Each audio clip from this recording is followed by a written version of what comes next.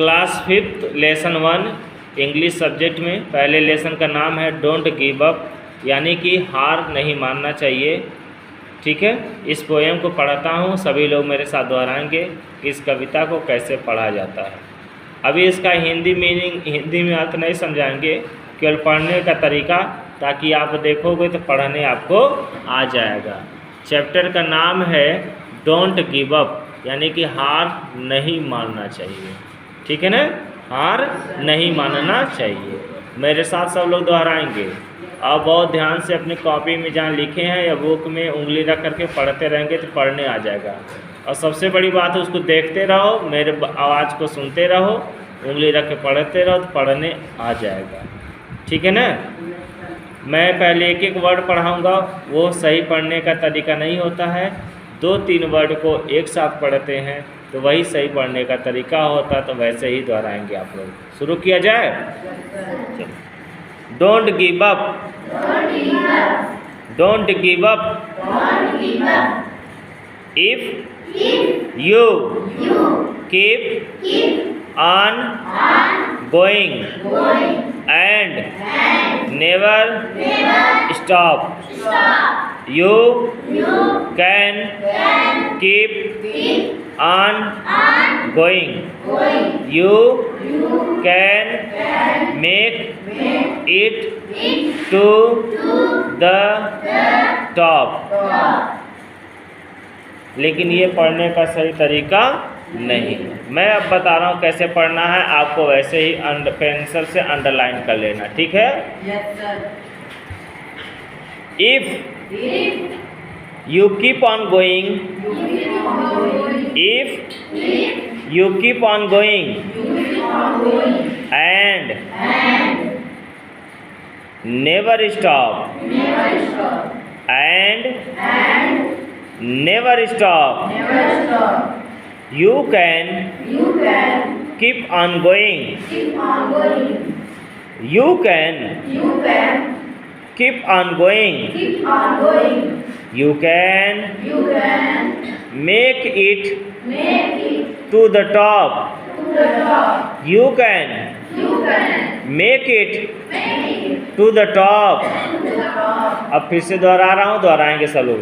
If you keep on going, if you keep on going and never stop, you can keep on going, you can make it to the top. बात clear हो गया। अब मैं second paragraph को दोहराऊंगा, पढ़ूंगा, आप लोग दोहराएंगे, उंगली रख करके पढ़ेंगे तो पढ़ने आ जाएगा। ठीक है ना। Life is full of mountains. Some are big and some are small. But if you don't give up, you can overcome them all. क्या ये सही तरीका है एक एक वर्ड पढ़ना? नहीं सर। अब मैं दोहरा रहा हूँ, पढ़ाऊंगा तो आप लोग दोहराएंगे, सभी लोग बोलेंगे। ठीक है। Life is full of mountains. Life is, फिर से बोलेंगे, life is full of mountains. Life is full of mountains. Some are big, some are big, some are big, and some are small. Some are big and some are small.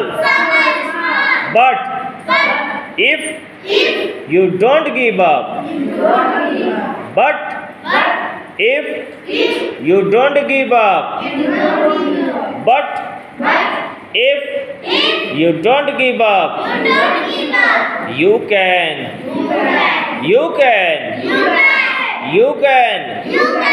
overcome them all. You can overcome them all. इस चीज़ को फिर से दोहरा रहा हूँ। Second paragraph को आप लोग उंगली रख करके दोहराएंगे। Life is full of mountains. Some are big and some are small. But if you don't give up, you can overcome them all. यहाँ तक पढ़ने में कोई दिक्कत? मैं अभी भी देख रहा हूँ कुछ बच्चे ऐसे हैं जो बोल नहीं रहे हैं, उनको लगता है टीचर देख नहीं रहे हैं, तो गलतफहमी के शिकार हैं।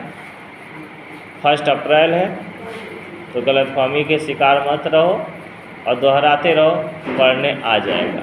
पूरे अप्रैल लगातार हम लोग पढ़ेंगे, आपको पढ़ाएंगे तो आप लोगों को इंग्लिश पढ़ने आ जाएगा, कोई दिक्कत? और कल आप लोग बारी बारी से सुनाएंगे, तो जो आज पढ़ेगा वही कल पढ़ा पाएगा। लास्ट पैराग्राफ देखते हैं।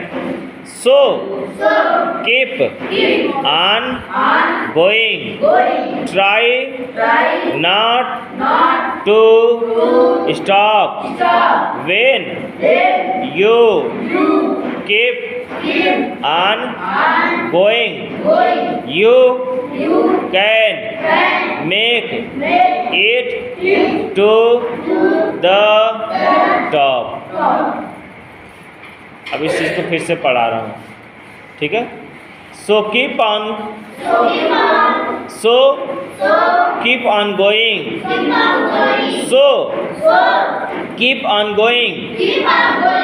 So keep on going, try not to stop, try not to stop, when you keep on going, when you keep on going, when you keep on going, when you keep on going, when you keep on going, you can make it, you can make it to the top, you can make it to the top। ये जो poem है आपका don't give up lesson 1 में, इस poem के जो poet हैं यानी कि कवि हैं, उनका नाम है, क्या नाम है? एनोनिमस। क्या नाम है? एनोनिमस। क्या नाम है? पोएम का नाम है डोंट गिव अप, लेसन 1 है, मैंने पढ़ा दिया है। और इस पोएट का यानी जो पोएम लिखता है उसको बोलते हैं पोएट, या हिंदी में बोलते हैं कवि। एनोनिमस इनका नाम है। अब बारी बारी से एक लाइन सब लोग दोहराएंगे।